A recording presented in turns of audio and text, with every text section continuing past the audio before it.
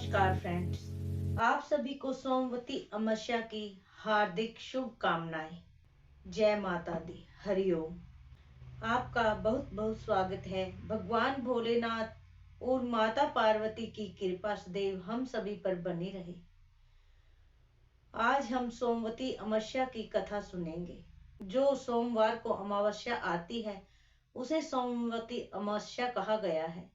सोमवती अमावस्या के दिन सुहागिन महिलाएं व्रत धारण करती हैं और पीपल की पूजा करती हैं। पीपल की परिक्रमा की जाती है। इसके साथ ही तुलसी की पूजा और परिक्रमा भी की जाती है। पीपल और तुलसी में जल अर्पित करना चाहिए। धूप दीप नैवेद्य से पीपल और तुलसी की पूजा की जाती है। चावल, चंदन, सिंदूर, फूल, प्रसाद, वस्त्र, दक्षिणा, मौली और रोली, यह सभी चीजें तुलसी और पीपल में अर्पित की जाती हैं। 108 की संख्या में फल या सब्जियां, मिठाई इत्यादि कोई भी वस्तु लेकर पीपल और तुलसी को अर्पित करके और 108 परिक्रमा की जाती है।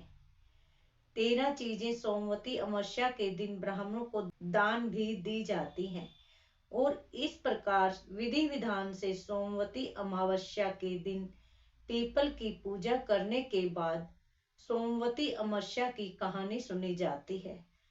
सोमवती अमावस्या की पूजा करने से अखंड सौभाग्य की प्राप्ति होती है। संतान प्राप्ति में आ रही बाधाएं दूर होती हैं। पति पत्नी के रिश्ते मधुर होते हैं और पति पत्नी के बीच कोई भी परेशानी हो, दाम्पत्य जीवन में परेशानी हो तो वह समाप्त हो जाती है। इसके साथ ही सुख समृद्धि की वृद्धि होती है।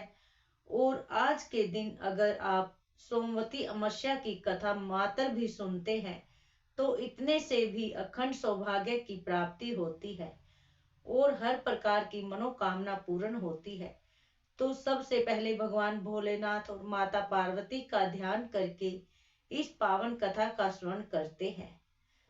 सोमवती अमावस्या की कथा। पौराणिक कथा के अनुसार एक साहूकार के 7 बेटे थे, 7 बहू और 1 बेटी थी। साहूकार के घर एक जोगी भिक्षा मांगने आता था। जोगी को साहूकार की बहू भिक्षा देती थी तो वह ले लेता था, लेकिन जब बेटी देती थी तो वह भिक्षा नहीं लेता था और कहता था कि बेटी सुहागन तो है पर उसके बाद भी दुख लिखा है। जोगी की यह बातें सुनकर बेटी को चिंता होने लगी और उसका शरीर कमजोर होने लगा। एक दिन उसकी माँ ने पूछा कि बेटी, तुम इतने दिनों से इतनी कमजोर क्यों दिखाई देती हो? तब उसने बताया कि माँ, एक जोगी आता है भिक्षा के लिए, जो कहता है कि बेटी सुहागन तो है लेकिन इसके नसीब में दुहाग लिखा है, अर्थात दुख लिखा है। यह बात सुनकर उसकी माँ ने कहा कि कल मैं सुनूंगी। अगले दिन जब जोगी भिक्षा के लिए आया तो उसकी माँ चुप कर बैठ गई और जब बेटी भिक्षा देने लगी तो जोगी ने वही बात फिर से बोली।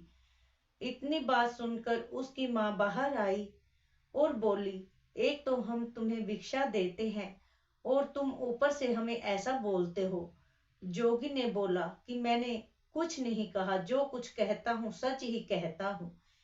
इसके भाग में यही लिखा है, यही मैं कहता हूँ। माँ ने जोगी से कहा कि तुम्हें यह पता है कि इसके भाग्य में दुख लिखा है तो यह भी बता दो कि कैसे दूर होगा।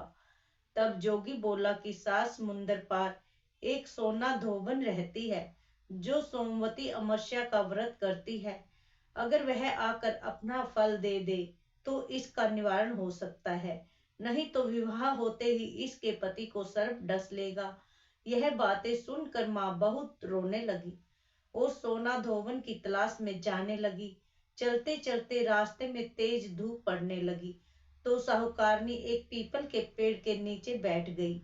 उस पीपल के पेड़ के नीचे एक गरुड़ पक्षी का घोंसला था जिसमें गरुड़ का छोटा सा बच्चा रहता था। साहूकारनी ने घोंसले के पास एक सांप जाता दिखाई दिया तो उसने उस गरुड़ के बच्चे को बचाने के लिए सांप को मारकर ढाल के नीचे दबा दिया। जब गरुड़ पंखनी आई तो घोंसले के पास खून देखकर क्रोधित हो उठी और साहूकारनी को चोंच मारने लगी। तब साहूकारनी बोली कि मैंने तो तुम्हारे बच्चे की जान बचाई है। यह सर्प तुम्हारे बच्चे को डसने वाला था तो मैंने इसे मार कर गिरा दिया। गरुड़ ने सर्प की ओर देखकर कहा कि तुमने हमारे बच्चे की जान बचाई है, अब तुम्हें जो मांगना है मांगो। तब साहूकारनी बोली कि मुझे 7 समुंदर पार सोना धोबन के घर छोड़कर आ जाओ। गरुड़ ने साहूकारनी को अपनी पीठ पर बैठाकर 7 समुंदर पार सोना धोबन के घर छोड़ दिया। वहां जाकर साहूकारनी ने सोचा कि सोना धोबन को कैसे राजी किया जाए। सोना धोबन के 7 बेटे और बहू थे। उसकी 7 बहुएं काम को लेकर हर रोज लड़ाई करती थी और काम भी नहीं करती थी। रात को जब सब सो जाते थे तो साहूकारनी सोना धोबन के घर जाती और घर का सारा काम करती। गायों को नहलाकर उनकी सफाई करती, रसोई का काम करती, चौका बर्तन करती, आटा पीस कर कपड़े धोती, पानी भरती और दिन होने से पहले ही चली जाती। 7 बहुएं हर रोज सोचती कि यह सारा काम कौन कर रहा है, लेकिन कभी एक दूसरे से पूछती नहीं थी कि यह सब काम कौन कर रहा है। कुछ दिनों तक यह सभी काम उसी प्रकार से चलते रहे। तब एक दिन धोबन ने अपनी बहुओं से पूछा कि तुम आजकल लड़ती भी नहीं हो और काम भी ठीक से कर रही हो। तो बहुओं ने कहा कि सासू जी, काम तो हमें ही करना पड़ता है, चाहे हम लड़ कर करें या राजी से करें, इसलिए लड़ाई करने का क्या फायदा। सोना धोबन ने सोचा कि आज देखा जाए कि कौन सी बहू काम करती है, और वह रात को सोई नहीं। उसने देखा कि रात को एक स्त्री आई और पूरा काम करके जाने लगी। तो सोना धोबन बोली कि तुम कौन हो और तुम्हें ऐसी क्या जरूरत है जो इतना काम कर रही हो। साहूकारनी ने कहा कि जरूरत है तभी तो इतना काम कर रही हूँ। सोना धोबन ने पूछा कि तुम्हें क्या चाहिए। साहूकारनी बोली कि पहले मुझे वचन दो, तब बताऊंगी। सोना धोबन ने वचन देकर कहा कि अब बताइए। वह बोली कि मेरी बेटी के भाग्य में दुहाग लिखा है, अर्थात दुख लिखा हुआ है, इसलिए आप मेरे घर चलकर उसे सुहाग दे दीजिए और उसे सोमवती अमावस्या का सारा फल दीजिए। तब सोना धोबन ने अपने बेटे और बहू से बोला कि मैं तो साहूकारनी के साथ जा रही हूँ। यदि पीछे से तुम्हारे पिताजी खत्म हो जाएं तो तेल घी के कूप में डालकर छोड़ देना। फिर दोनों जनी साहूकारनी के घर चली जाती हैं। साहूकार की बेटी का ब्याह होने लगा। दूल्हा फेरों में बैठ गया। सोना धोबन दूल्हे के घुटने के पास बैठ गई, कच्चा करवा लेकर, और उसमें दूध डाला और तांत का तार लेकर बैठ गई। थोड़ी देर बाद दूल्हे को डसने के लिए सांप आया तो सोना धोबन ने करवा आगे रखा और तार से बांध दिया, लेकिन दूल्हा तो डर के मारे ही मर गया। तब सोना धोबन ने अपने टीके में से रोली निकाली, मांग में से संदूर निकाला और कोया मतलब आंख में से काजल निकाला और मेहंदी निकालकर छोटी उंगली से छींटे मारे। और सोना धोबन बोली अब तक जितनी भी मैंने सोमवती अमावस करी हैं उन सब का फल तो साहूकार की बेटी को लग जाए, और आगे जो मैं सोमवती अमावस करूं वह मेरे बेटे को लगे। इतना कहते ही दूल्हा जीवित हो गया और सब सोमवती अमावस्या की जय जय बोलने लगे। सोना धोबन वापिस जाने लगी।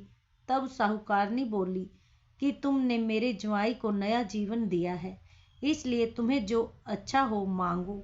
वह बोली कि मुझे तो कुछ नहीं चाहिए, सिर्फ एक हांडी दे दो। वह हांडी लेकर चली जाती है और रास्ते में सोमवती आती है तो हांडी का 108 परिक्रमा करके पीपल के पेड़ के नीचे गाड़ कर आप घर आ जाती है। घर आकर देखती है कि उसका पति मरा हुआ तेल और घी के कूप में पड़ा है। तब उसने टीके में से रोली निकाली, मांग में से संदूर निकाला, आंख में से काजल निकाली और मेहंदी निकाल कर छोटी उंगली से छींटे दिए और बोली, मैंने जो रास्ते में सोमवती की है उसका फल मेरे पति को लगे। इतना कहते ही उसका पति उठकर बैठ गया। घर का ज्योतिषी ब्राह्मण आया और बोला कि जजमान, सोमवती अमावस्या को मरा है क्या? दक्षिणा तो दे। सोना धोबन बोली कि मुझे तो सोमवती रास्ते में मिल गई थी तो कुछ भी नहीं किया, जो कुछ भी किया वह सब पीपल के नीचे ही गाड़ दिया, जाकर खुद निकाल ले। ज्योतिषी ब्राह्मण ने जाकर खोद कर देखा तो 108 और 13 सोने के चक्कर मिले। ज्योतिषी ब्राह्मण सबको घर ले आया और बोला कि ऐसी फेरी की है और मुझे बोल दिया कि कुछ भी नहीं किया। तब सोना धोबन बोली कि यह तो तुम्हारे ही भाग से हुआ है, इसलिए इसे अब तुम ही ले जाओ। ब्राह्मण बोला कि मेरी तो इसमें से चौथी पाती है, बाकी आपका मन हो उसे दे देना। सारी नगरी में बोल दिया कि सब सोमवती अमावस्या का व्रत कीजिए। हे सोमवती अमावस, जैसा साहूकार की बेटी को सुहाग दिया वैसा सबको सुहाग देना।